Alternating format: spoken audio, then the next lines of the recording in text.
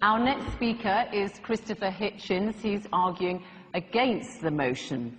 Christopher Hitchens is British by origin, but he has spent most of his working life in the United States. He is a writer, journalist, and commentator, particularly well known for his trenchant and views and very original thinking. He works on Vanity Fair magazine, where he memorably wrote a less than complimentary profile, I would have to say, Christopher, of the late Mother Teresa. So, Christopher Hitchens, let us hear what you have to say. Your time starts now. Please make your way to the podium.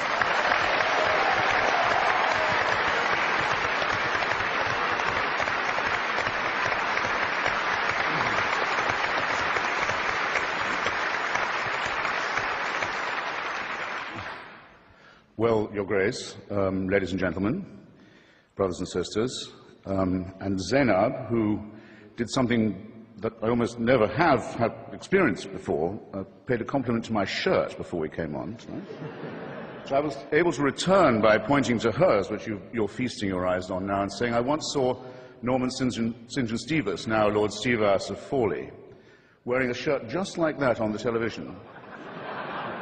And he was asked by his interviewer, gosh, what a lovely shirt, where did you get it? And Stevas said, do you really like it? He said, I call it sort of crushed cardinal.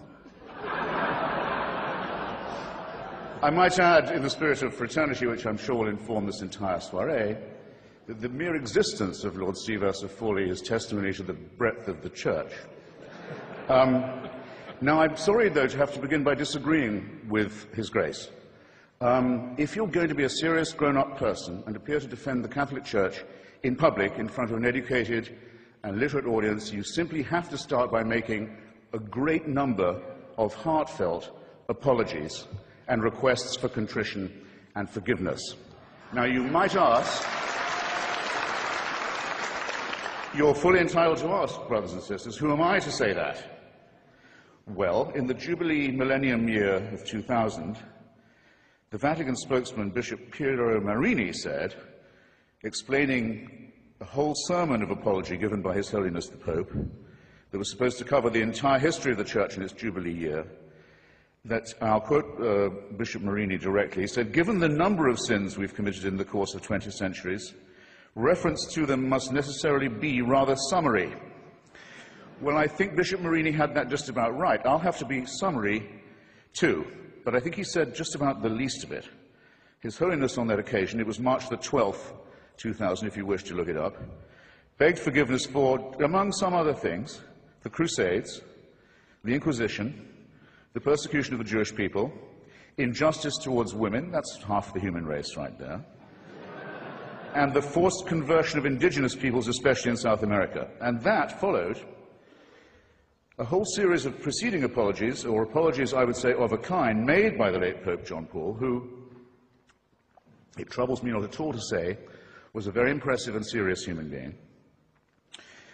It followed no less than 94, count them, public recognitions on his part of appalling crime and error and cruelty and stupidity and offences to the free intelligence, ranging from, I shall be summary, like Bishop Marini, the African slave trade, apologised for in 1995,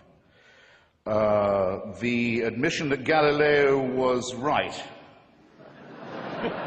about the relationship between the sun and the earth and other orbs, which came in 1992, one might add. No, I won't say, it's too easy to say better late than never. Here, I said it.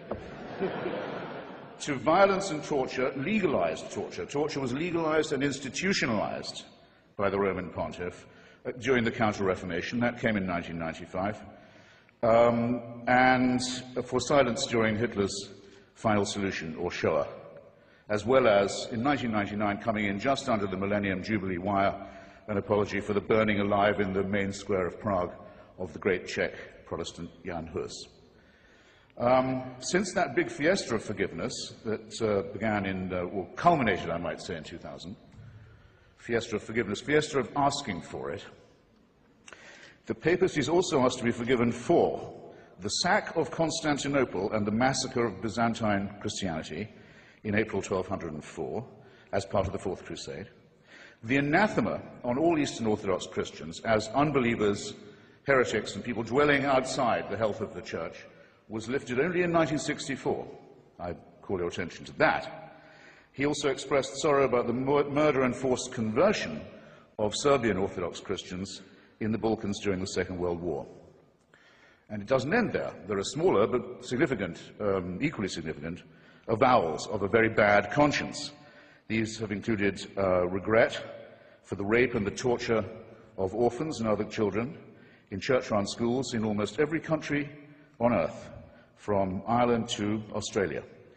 And I'm pleased to see that due reconsideration is now being given, and may in fact have been given, to the hellish, I choose the word carefully, doctrine of limbo, St. Augustine's cruel and stupid disposal problem, solution to a non-existent problem, that is to say, the destination of the souls of unbaptized children. Up until now, Catholic parents have been taught that's where their unbaptized children went, a form of torture that's sometimes worse than the physical. Now it seems that this piece of Augustinian sadism is undergoing reconsideration as well. But remember, this is from a church that, on the whole, cannot err. We still await a more direct admission. For example, I give some suggestions of my own while we're at it. I would like them to take back the Concordat made with Adolf Hitler, the first treaty he ever signed, giving the Church a monopoly over education in Germany in exchange for the dissolution of the Catholic Centre Party, to give the Nazi Party a clear run. I'd have apologized for the Lateran Pact with Mussolini, myself, also the first treaty ever signed by that fascist dictator. I would also think I'd want to reconsider the fact that Father Tiso, head of the Nazi puppet state in Slovakia, was a priest in holy orders, that the Croatian fascist puppet state, the Ustaša state of Ante Pavelic, was also operating under full clerical protection and disguise, as was the regime of General Franco and the dictator Antonio Salazar. And I really think I would beg forgiveness for this. I don't think the German church should have asked Hitler's birthday to be celebrated from the pulpit every year until he died. These are very serious matters, and they're not to be laughed off by references to the occasional work of Catholic charities. But I draw your attention not just to the apologies, ladies and gentlemen, but to the evasive and euphemistic form that they take. Joseph Ratzinger, the current Pope, considered by some, by Catholics, to be the Vicar of Christ on earth, says of the Indians who were massacred in the course of conversion in Brazil, after the apology had been made to them, he said, nonetheless, it must be remembered that before we came to convert them, they were silently awaiting the arrival of the Church. I don't think that's a very genuine kind of apology to you. In his comment, one of the few he's made, on the institutionalization of rape and torture and maltreatment of children in Catholic institutions, he has said, it's a very severe crisis which involves us, he said, in the following: in the need for applying to these victims the most loving pastoral care. Well, I'm sorry. They've already had that.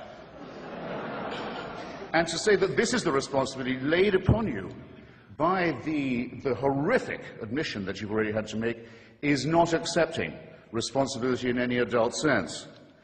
When I say child abuse was institutional, how dare I say so? How can I prove it? How can I prove such a thing? Well, I'll ask His Grace, and I'll ask Anne Widdecombe. Where is Cardinal Bernard Law now? Where is he?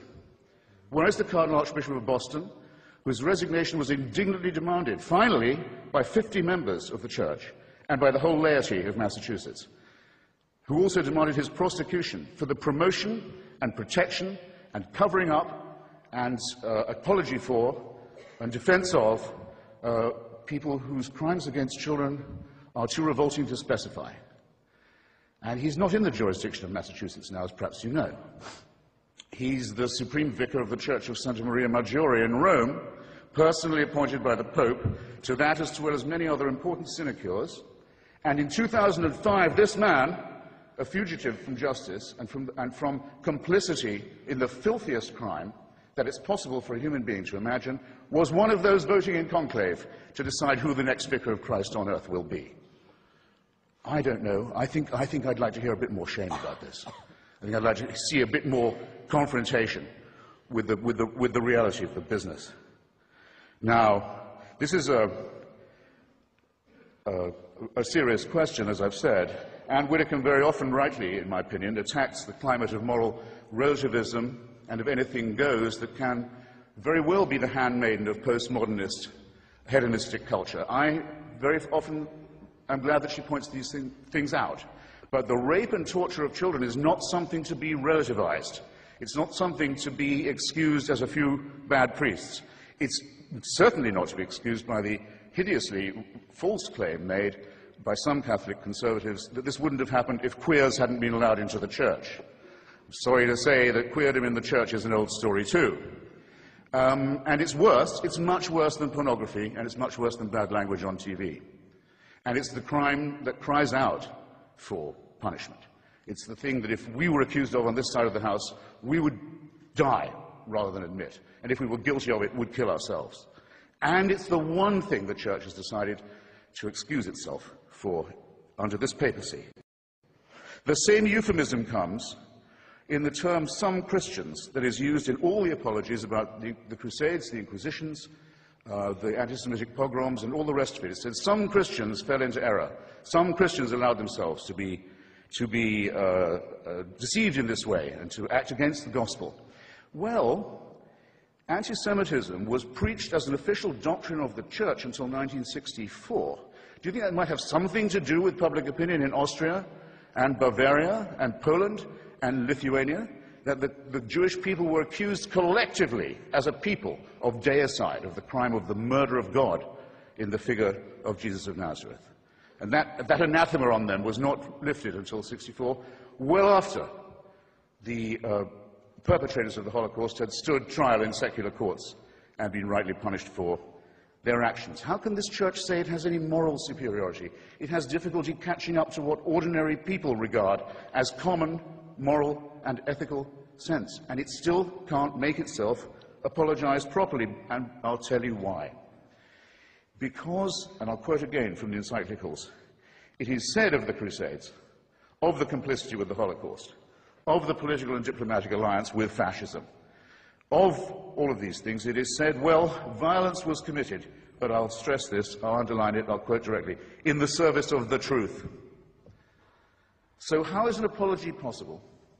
How is any understanding or undertaking or firm purpose of amendment to be allowed when the original sin, so to say, the radix malorum, the fons et origo, the problem in the first place, is the belief on the part of this church that it does possess a truth that we don't have, and it does have a God-given right, a warrant, a mandate of heaven to tell other people what to do, not just in their public, but in their private lives. And until that is changed, till that fantastic and sinister and non-founded claim is changed, these crimes will go on repeating themselves, being partially denied, partially admitted when it's too late to do anything else, and covered up. Behind all these crimes and miseries is the denial of what we on this side of the House affirm, which is that the only little candle of hope that our species does possess, our poor, bare, forked, primate, mammalian species, of whom you have two such splendid examples on this side of the House and not bad on the other tonight, is the unfettered intelligence, the method of free inquiry in philosophy and in science, and the refusal to admit that any one person can tell you not to do that. It's the one thing I might say, I think, is, if not sacrosanct or sacred, is, shall we say, essential. And the Church has always stood and still stands against it. Now, in the little time remaining to me, I'll just propose a few more apologies that we might hope to hear in the immediate future. Because there will come a time when the Church will issue apologies and explanations and half-baked appeals for forgiveness for things it's still doing. The readmission as a bishop of Roger Williamson, a member of Marcel Lefebvre's fanatical, hysterical breakaway sect, so-called Society of St. Pius X. Roger Williamson, found hiding in a reactionary, quasi-fascistic establishment in Argentina, has long been a believer that, I'll put this shortly, that the Holocaust did not occur, but the Jews did kill Christ. In other words, genocide no, deicide yes. He was quite rightly excommunicated some years ago, along with several other members of his ratbag organization. But Joseph Ratzinger's invited him back into the communion because to him, having this man, this liar, this fraud, this racist, in the church is more important because it's church unity than the things that he said and done and continues to stand for. Is this not a crying scandal? I think that there will be an apology for what happened in Rwanda, the most Catholic country in Africa, one of the most Catholic countries in the world, where priests and nuns and bishops are on trial for inciting from their pulpits and on the church's radio stations and newspapers the massacre of their brothers and sisters. And the papacy was silent on this appalling occasion. And everyone in Rwanda knows it. And there hasn't yet been a properly written apology for that disgrace. Staying in Africa, I think it will one day be admitted with shame that it might have been in error to say that AIDS is bad as a disease, very bad, but not quite as bad as condoms are bad, or not as immoral in the same way.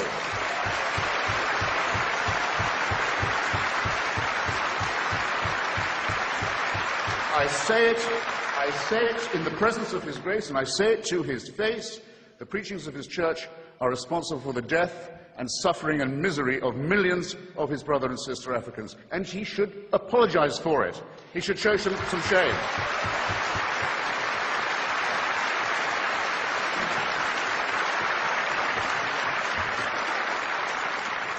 And finally, under this Pope, as if it wasn't bad enough to try and restore the Latin Mass to gratify the mad fascistic followers of Archbishop Lefebvre, but to begin again to offer remission of sin, as Bishop Ratzinger, the Pope, I'll call him the Pope for heaven's sake, wants to do. If you come to a Catholic youth festival in Sydney, Australia, where I just was, you'll get a certain remission from purgatory or hell. It may be temporary. If you come a lot and you give a lot, you'll get possibly permanent remission from the eternal punishment that they don't know any more about than you and I do.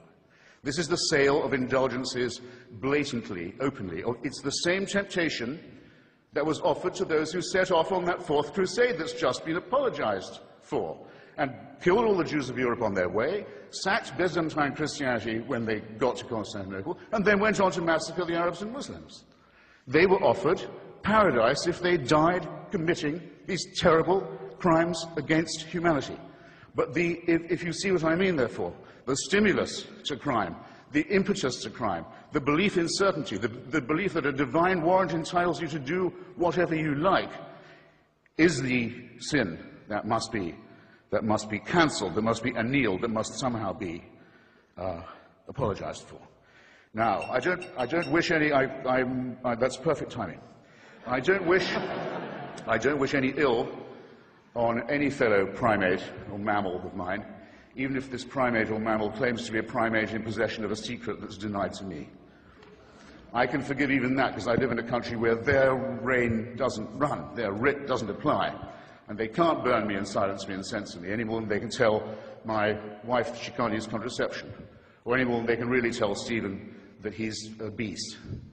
So I don't at all look forward to the death of Joseph Ratzinger. I don't. Or any other pope. Not really.